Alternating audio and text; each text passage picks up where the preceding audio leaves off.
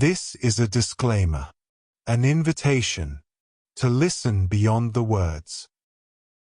Dear listeners, as you prepare to lose yourself in the tapestry of this tale, spun with care and woven with countless voices, allow me a moment to reflect on the nature of storytelling itself.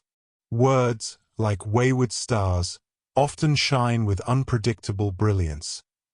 They illuminate, they resonate, but they can also flicker as they cross from tongue to ear.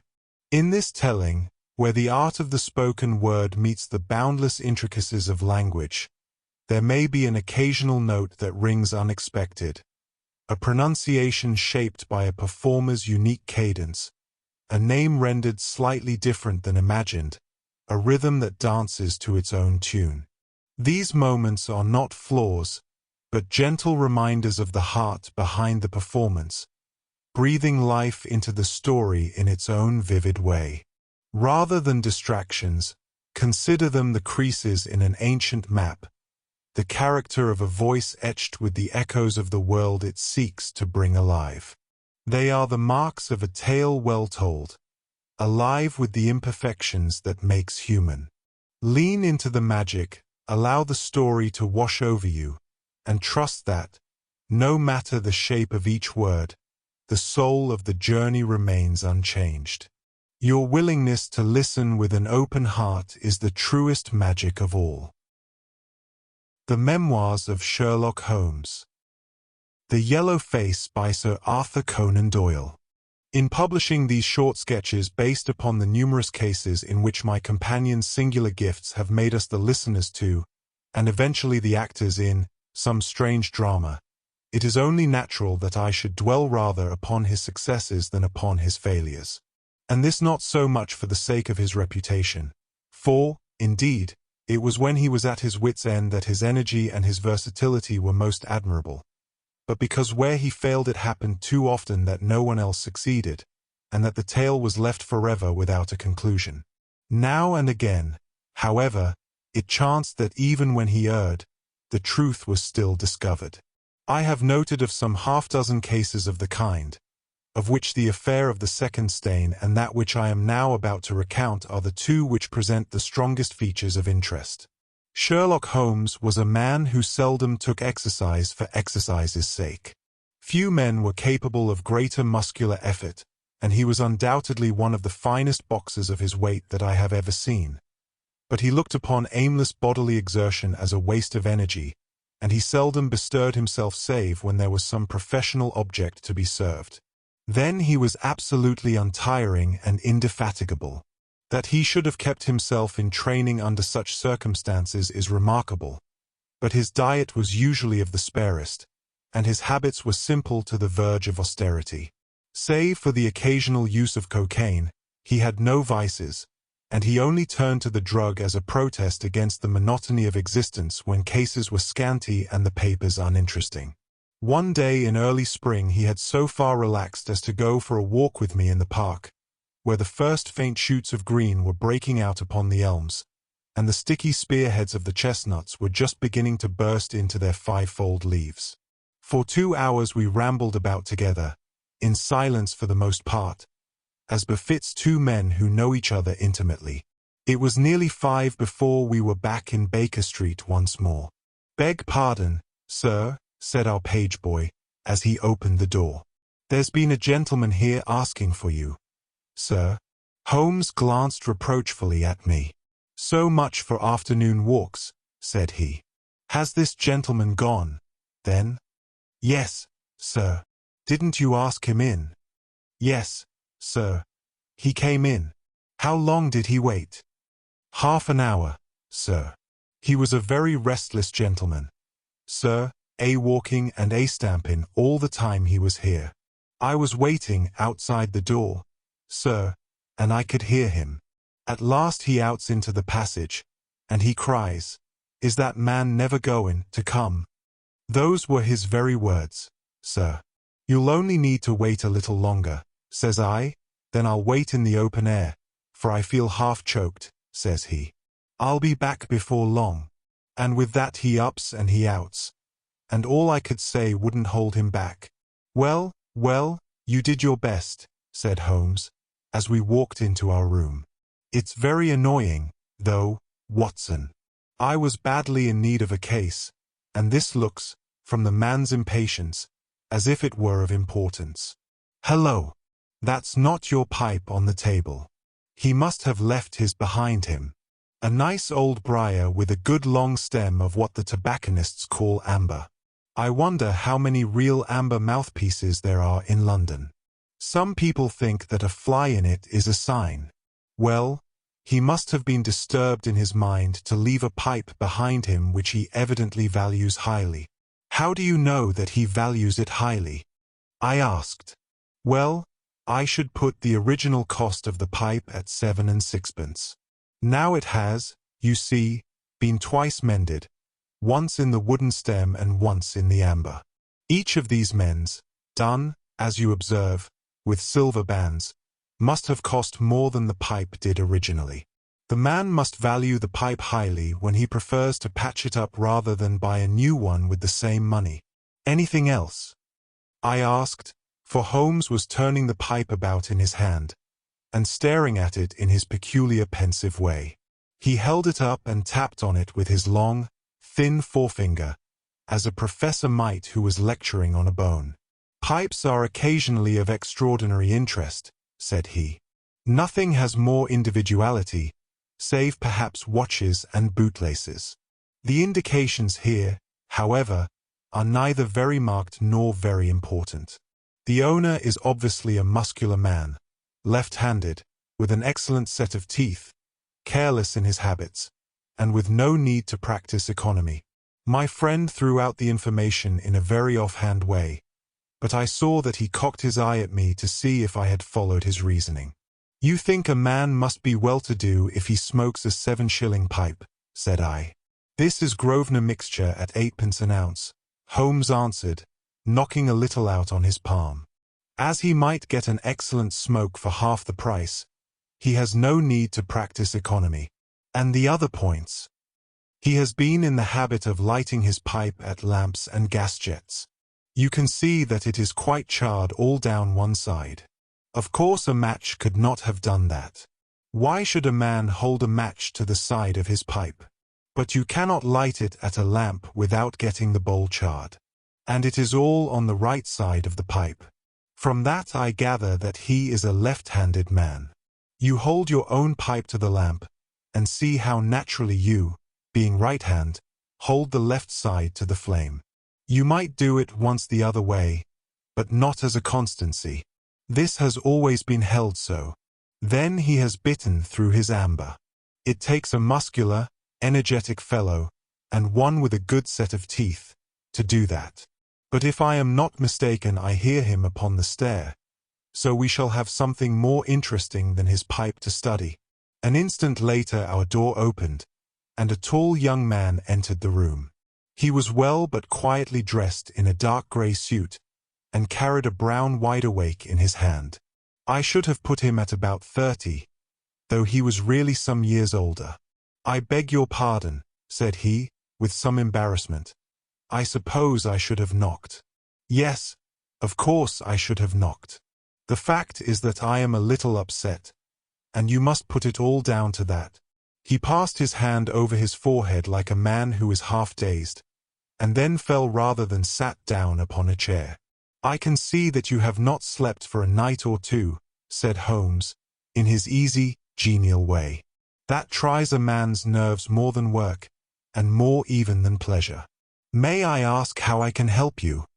I wanted your advice, sir. I don't know what to do, and my whole life seems to have gone to pieces.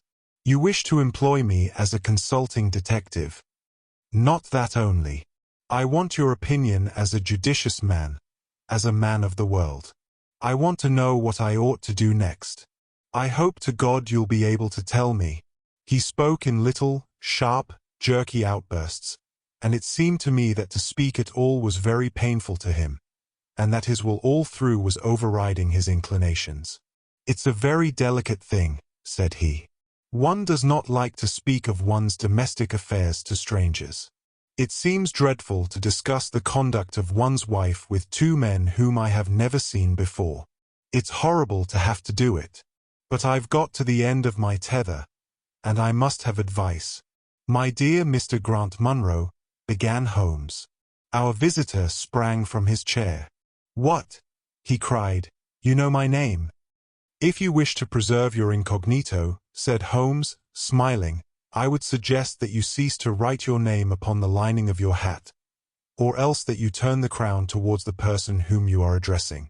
I was about to say that my friend and I have listened to a good many strange secrets in this room, and that we have had the good fortune to bring peace to many troubled souls. I trust that we may do as much for you. Might I beg you, as time may prove to be of importance, to furnish me with the facts of your case without further delay. Our visitor again passed his hand over his forehead, as if he found it bitterly hard. From every gesture and expression I could see that he was a reserved, self-contained man, with a dash of pride in his nature, more likely to hide his wounds than to expose them.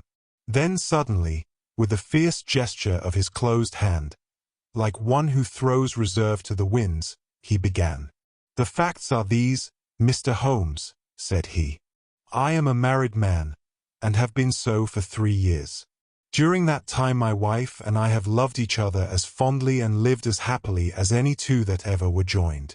We have not had a difference, not one, in thought or word or deed. And now, since last Monday, there has suddenly sprung up a barrier between us, and I find that there is something in her life and in her thought of which I know as little as if she were the woman who brushes by me in the street. We are estranged, and I want to know why. Now there is one thing that I want to impress upon you before I go any further, Mr. Holmes. Effie loves me.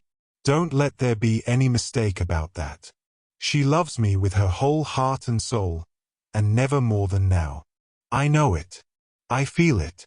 I don't want to argue about that. A man can tell easily enough when a woman loves him. But there's this secret between us, and we can never be the same until it is cleared. Kindly let me have the facts, Mr. Munro, said Holmes, with some impatience. I'll tell you what I know about Effie's history. She was a widow when I met her first, though quite young, only 25. Her name then was Mrs. Hebron. She went out to America when she was young, and lived in the town of Atlanta, where she married this Hebron, who was a lawyer with a good practice. They had one child, but the yellow fever broke out badly in the place, and both husband and child died of it. I have seen his death certificate. This sickened her of America, and she came back to live with a maiden aunt at Pinner, in Middlesex. I may mention that her husband had left her comfortably off, and that she had a capital of about £4,500, which had been so well invested by him that it returned an average of 7%. She had only been 6 months at Pinner when I met her. We fell in love with each other, and we married a few weeks afterwards.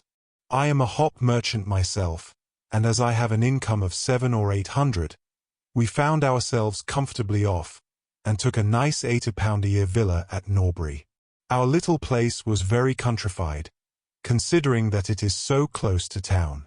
We had an inn and 2 houses a little above us, and a single cottage at the other side of the field which faces us, and except those there were no houses until you got halfway to the station.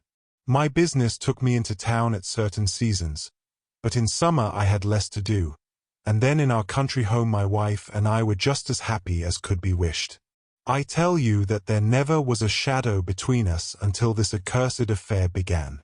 There's one thing I ought to tell you before I go further. When we married, my wife made over all her property to me, rather against my will, for I saw how awkward it would be if my business affairs went wrong. However, she would have it so, and it was done. Well, about 6 weeks ago she came to me. Jack, said she, when you took my money you said that if ever I wanted any I was to ask you for it. Certainly, said I, it's all your own. Well, said she, I want £100. I was a bit staggered at this, for I had imagined it was simply a new dress or something of the kind that she was after. "What on earth for?" I asked. "Oh," said she, in her playful way, "you said that you were only my banker, and bankers never ask questions, you know. If you really mean it, of course you shall have the money," said I. "Oh, yes, I really mean it.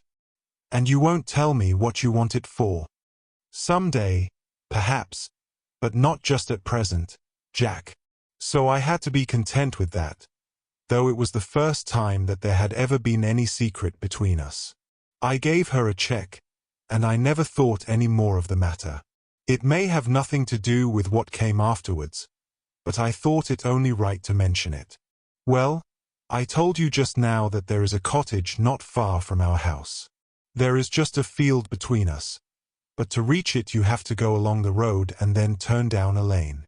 Just beyond it is a nice little grove of Scotch firs, and I used to be very fond of strolling down there, for trees are always a neighborly kind of things.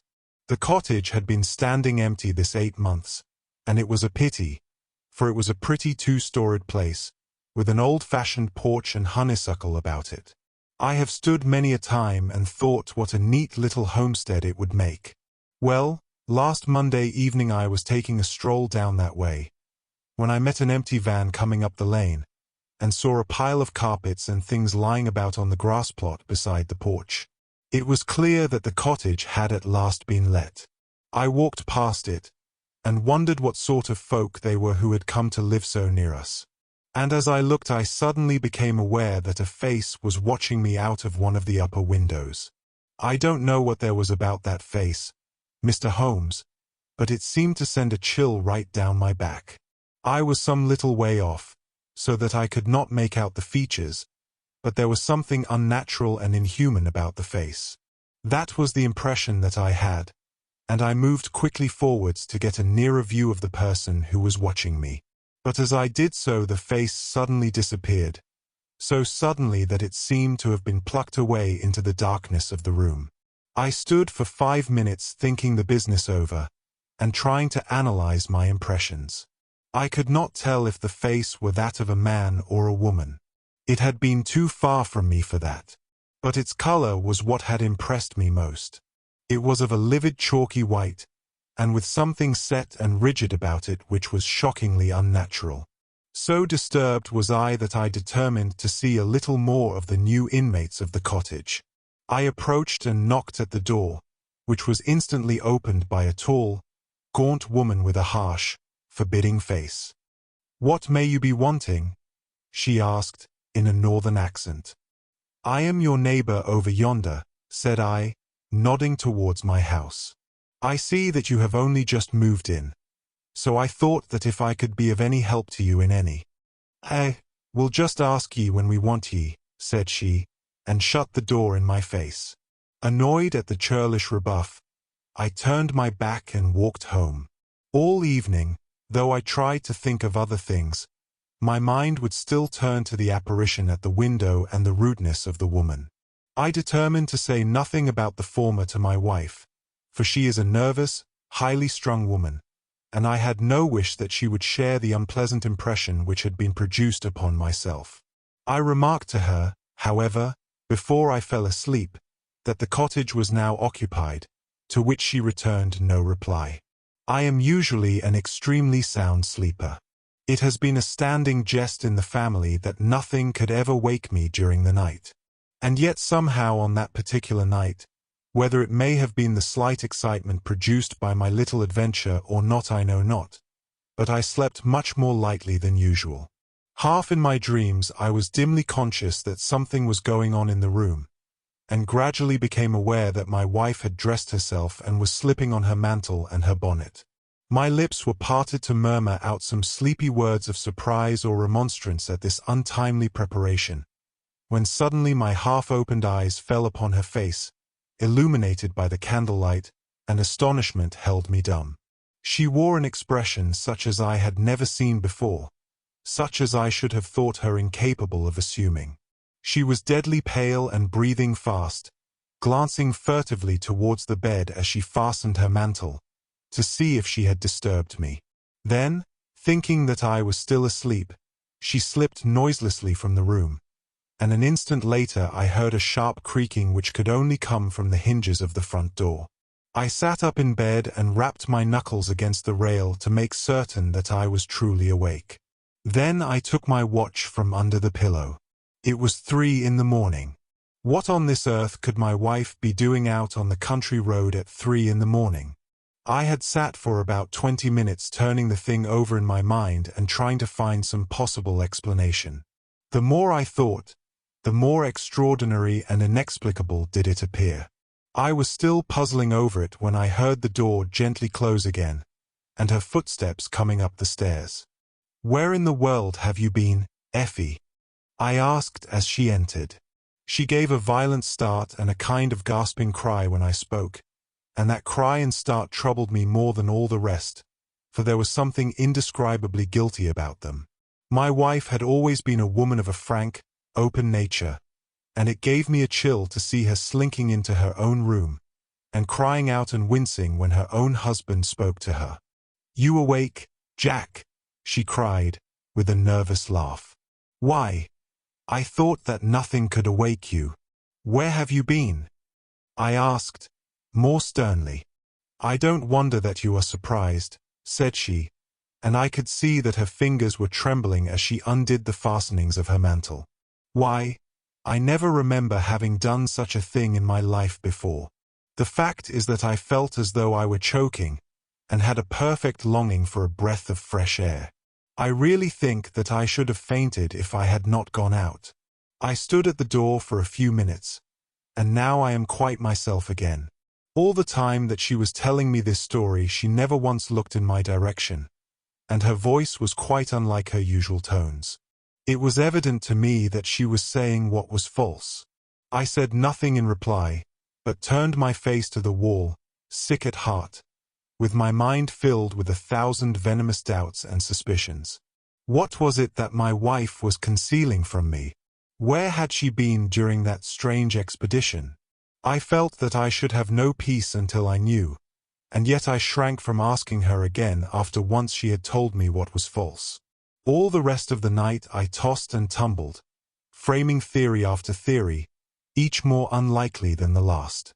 I should have gone to the city that day, but I was too disturbed in my mind to be able to pay attention to business matters.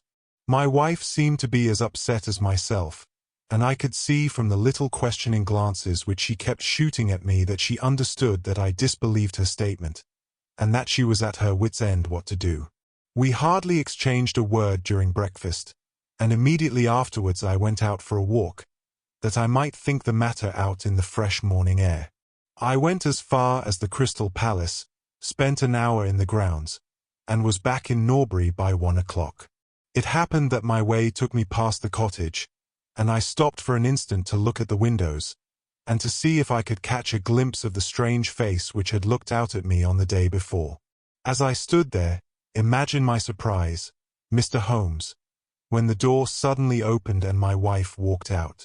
I was struck dumb with astonishment at the sight of her, but my emotions were nothing to those which showed themselves upon her face when our eyes met.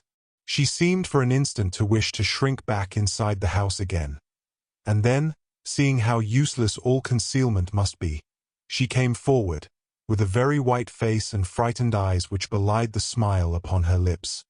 "Ah, Jack," she said, "I have just been in to see if I can be of any assistance to our new neighbors. Why do you look at me like that, Jack?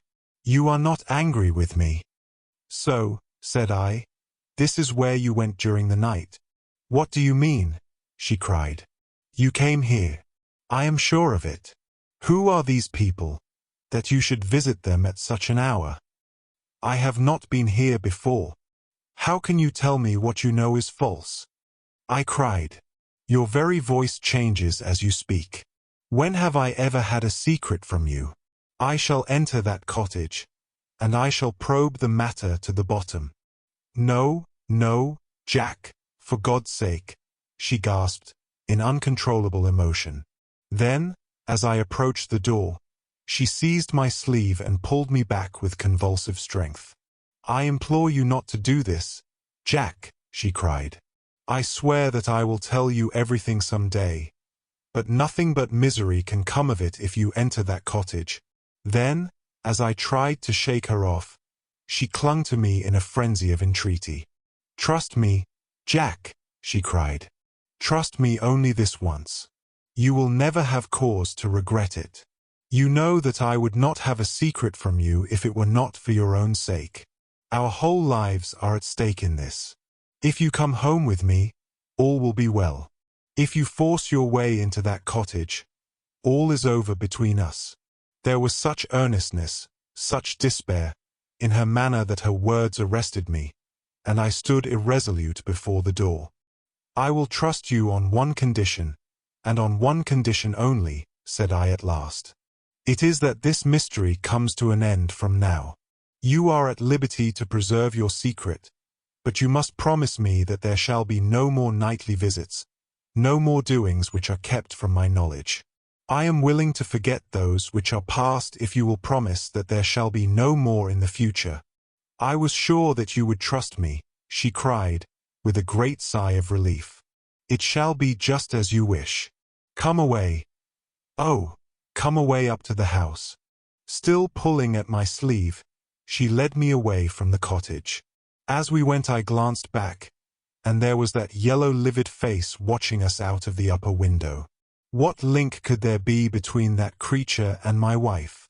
Or how could the coarse, rough woman whom I had seen the day before be connected with her? It was a strange puzzle, and yet I knew that my mind could never know ease again until I had solved it. For 2 days after this I stayed at home, and my wife appeared to abide loyally by our engagement, for, as far as I know, she never stirred out of the house. On the 3rd day, however, I had ample evidence that her solemn promise was not enough to hold her back from this secret influence which drew her away from her husband and her duty.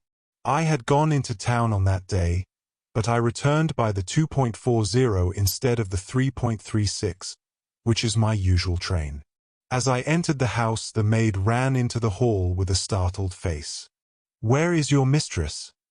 I asked. "I think that she has gone out for a walk," she answered. My mind was instantly filled with suspicion. I rushed upstairs to make sure that she was not in the house. As I did so, I happened to glance out of one of the upper windows, and saw the maid with whom I had just been speaking running across the field in the direction of the cottage. Then, of course, I saw exactly what it all meant. My wife had gone over there, and had asked the servant to call her if I should return. Tingling with anger, I rushed down and hurried across, determined to end the matter once and forever. I saw my wife and the maid hurrying back along the lane, but I did not stop to speak with them. In the cottage lay the secret which was casting a shadow over my life. I vowed that, come what might, it should be a secret no longer. I did not even knock when I reached it, but turned the handle and rushed into the passage. It was all still and quiet upon the ground floor. In the kitchen a kettle was singing on the fire, and a large black cat lay coiled up in the basket. But there was no sign of the woman whom I had seen before. I ran into the other room, but it was equally deserted. Then I rushed up the stairs, only to find 2 other rooms empty and deserted at the top. There was no one at all in the whole house. The furniture and pictures were of the most common and vulgar description, save in the one chamber at the window of which I had seen the strange face. That was comfortable and elegant, and all my suspicions rose into a fierce bitter flame when I saw that on the mantelpiece stood a copy of a full-length photograph of my wife, which had been taken at my request only 3 months ago. I stayed long enough to make certain that the house was absolutely empty. Then I left it, feeling a weight at my heart such as I had never had before. My wife came out into the hall as I entered my house, but I was too hurt and angry to speak with her, and pushing past her, I made my way into my study. She followed me, however, before I could close the door. "I am sorry that I broke my promise, Jack," said she, "but if you knew all the circumstances I am sure that you would forgive me. Tell me everything, then," said I. "I cannot, Jack, I cannot," she cried. "Until you tell me who it is that has been living in that cottage, and who it is to whom you have given that photograph. There can never be any confidence between us, said I, and breaking away from her, I left the house. That was yesterday, Mr. Holmes, and I have not seen her since, nor do I know anything more about this strange business. It is the first shadow that has come between us, and it has so shaken me that I do not know what I should do for the best. Suddenly this morning it occurred to me that you were the man to advise me, so I have hurried to you now, and I place myself unreservedly in your hands. If there is any point which I have not made clear, pray question me about it. But, above all, tell me quickly what I am to do, for this misery is more than I can bear. Holmes and I had listened with the utmost interest to this extraordinary statement, which had been delivered in the jerky, broken fashion of a man who is under the influence of extreme emotions. My companion sat silent for some time, with his chin upon his hand, lost in thought. Tell me, said he at last, could you swear that this was a man's face which you saw at the window? Each time that I saw it I was some distance away from it, so that it is impossible for me to say. You appear, however, to have been disagreeably impressed by it. It seemed to be of an unnatural color, and to have a strange rigidity about the features. When I approached, it vanished with a jerk. How long is it since your wife asked you for £100? Nearly 2 months. Have you ever seen a photograph of her first husband? No. There was a great fire at Atlanta very shortly after his death, and all her papers were destroyed. And yet she had a certificate of death. You say that you saw it? Yes. She got a duplicate after the fire. Did you ever meet anyone who knew her in America? No. Did she ever talk of revisiting the place? No. Or get letters from it? No. Thank you. I should like to think over the matter a little now. If the cottage is now permanently deserted, we may have some difficulty. If, on the other hand, as I fancy is more likely, the inmates were warned of your coming, and left before you entered yesterday, then they may be back now, and we should clear it all up easily. Let me advise you, then, to return to Norbury, and to examine the windows of the cottage again. If you have reason to believe that it is inhabited, do not force your way in, but send a wire to my friend and me. We shall be with you within an hour of receiving it, and we shall then very soon get to the bottom of the business. And if it is still empty, in that case I shall come out tomorrow and talk it over with you. Goodbye. And, above all, do not fret until you know that you really have a cause for it. I am afraid that this is a bad business, Watson, said my companion, as he returned after accompanying Mr. Grant Munro to the door. What do you make of it? It had an ugly sound, I answered. Yes. There's blackmail in it, or I am much mistaken. And who is the blackmailer? Well, it must be the creature who lives in the only comfortable room in the place, and has her photograph above his fireplace. Upon my word, Watson, there is something very attractive about that livid face at the window, and I would not have missed the case for worlds. You have a theory? Yes, a provisional one. But I shall be surprised if it does not turn out to be correct. This woman's first husband is in that cottage. Why do you think so? How else can we explain her frenzied anxiety that her second one should not enter it? The facts, as I read them, are something like this. This woman was married in America. Her husband developed some hateful qualities, or shall we say that he contracted some loathsome disease, and became a leper or an imbecile. She flies from him at last, returns to England, changes her name, and starts her life, as she thinks, afresh.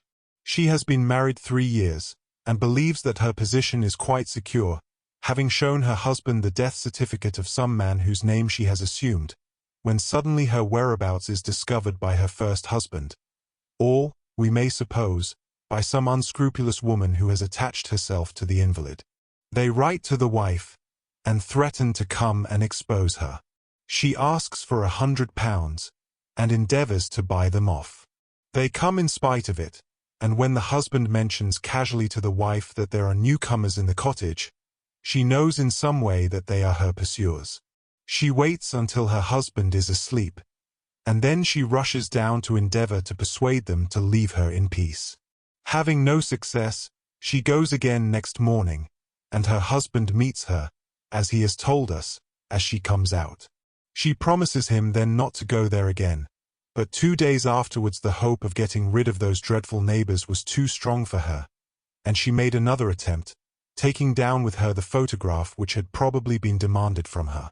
In the midst of this interview the maid rushed in to say that the master had come home, on which the wife, knowing that he would come straight down to the cottage, hurried the inmates out at the back door, into the grove of fir trees, probably, which was mentioned as standing near. In this way he found the place deserted. I shall be very much surprised, however, if it is still so when he reconnoiters it this evening. What do you think of my theory? It is all surmise, but at least it covers all the facts. When new facts come to our knowledge which cannot be covered by it, it will be time enough to reconsider it. We can do nothing more until we have a message from our friend at Norbury, but we had not a very long time to wait for that. It came just as we had finished our tea. The cottage is still tenanted, it said. Have seen the face again at the window. Will meet the 7 o'clock train, and will take no steps until you arrive. He was waiting on the platform when we stepped out, and we could see in the light of the station lamps that he was very pale and quivering with agitation. They are still there, Mr. Holmes, said he, laying his hand hard upon my friend's sleeve. I saw lights in the cottage as I came down.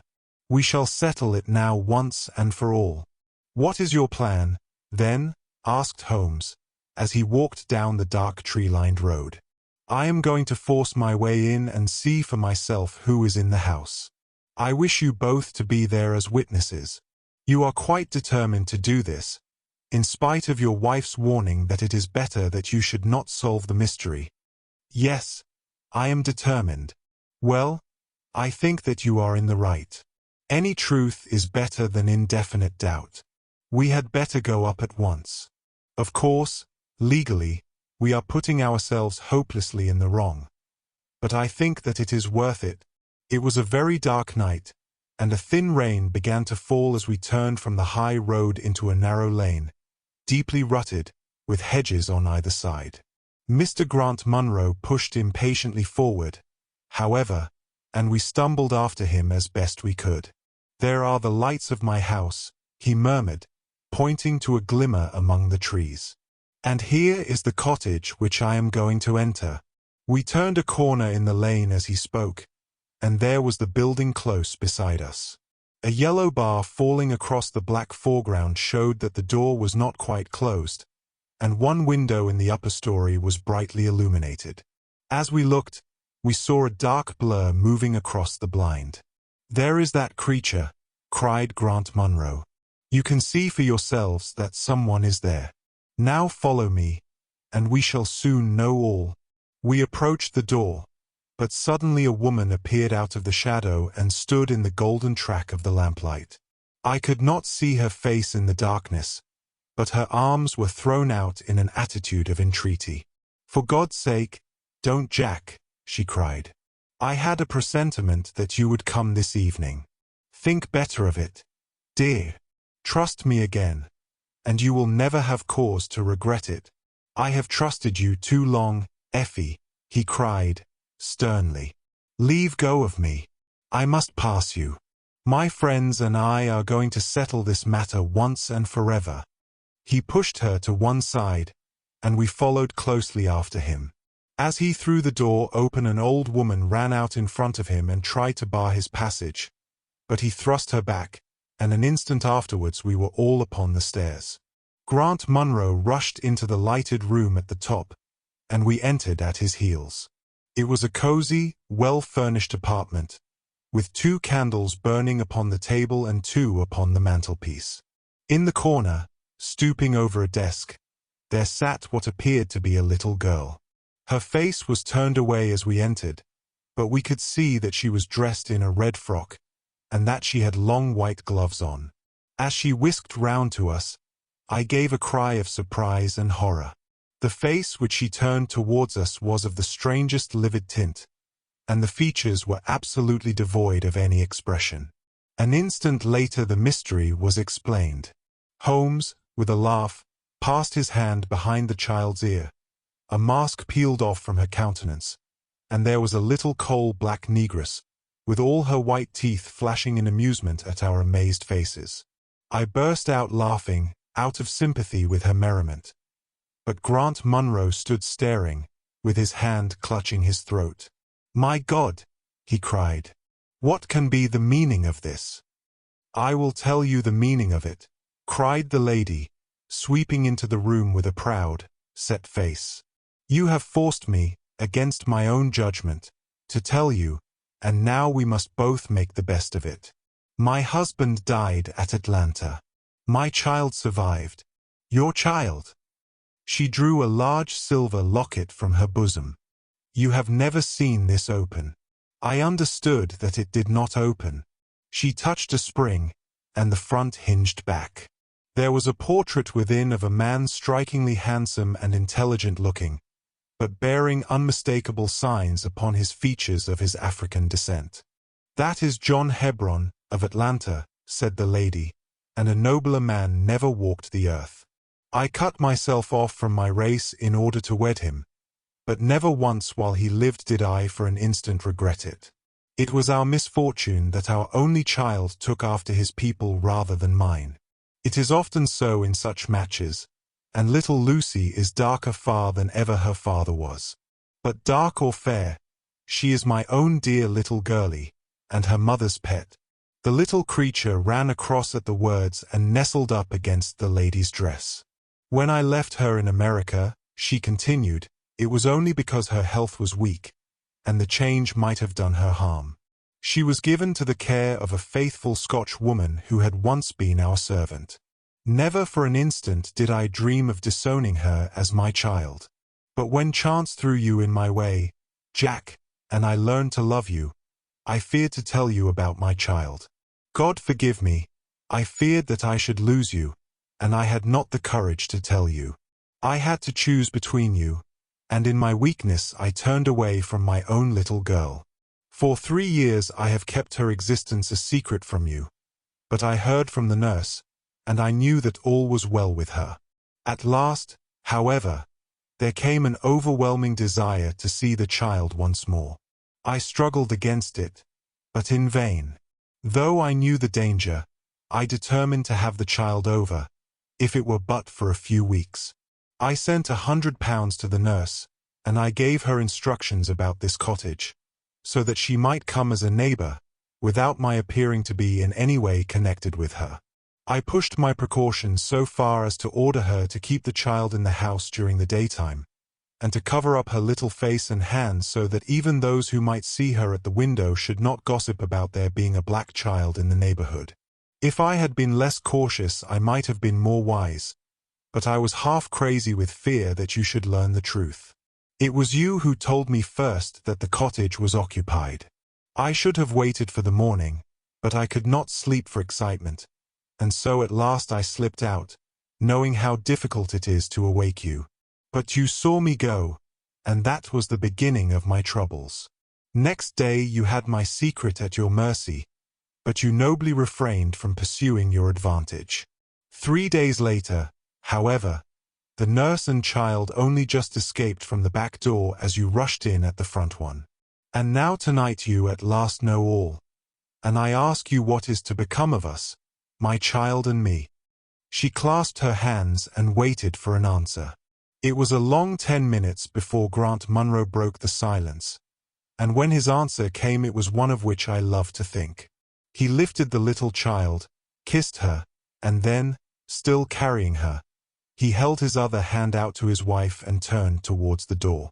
"We can talk it over more comfortably at home," said he. "I am not a very good man, Effie, but I think that I am a better one than you have given me credit for being." Holmes and I followed them down the lane, and my friend plucked at my sleeve as we came out. "I think," said he, that we shall be of more use in London than in Norbury. Not another word did he say of the case until late that night, when he was turning away, with his lighted candle, for his bedroom. "Watson," said he, "if it should ever strike you that I am getting a little overconfident in my powers, or giving less pains to a case than it deserves, kindly whisper Norbury in my ear, and I shall be infinitely obliged to you." Dear listener, we close the pages on another tale, a journey through words, imagination, and emotion. Here at the Falls Audiobook, where stories flow like a river's current, carrying you to distant worlds and uncharted depths, we thank you for joining us. As always, we invite you to linger a little longer. Subscribe to our channel to discover more stories waiting to be heard, each a cascade of voices, ideas, and artistry. And remember, every great story begins with a single word. Perhaps the next one will begin with you. Until our voices meet again, may your days be filled with quiet moments, rich pages, and the soothing sound of a story well told. This is the Falls Audiobook, signing off.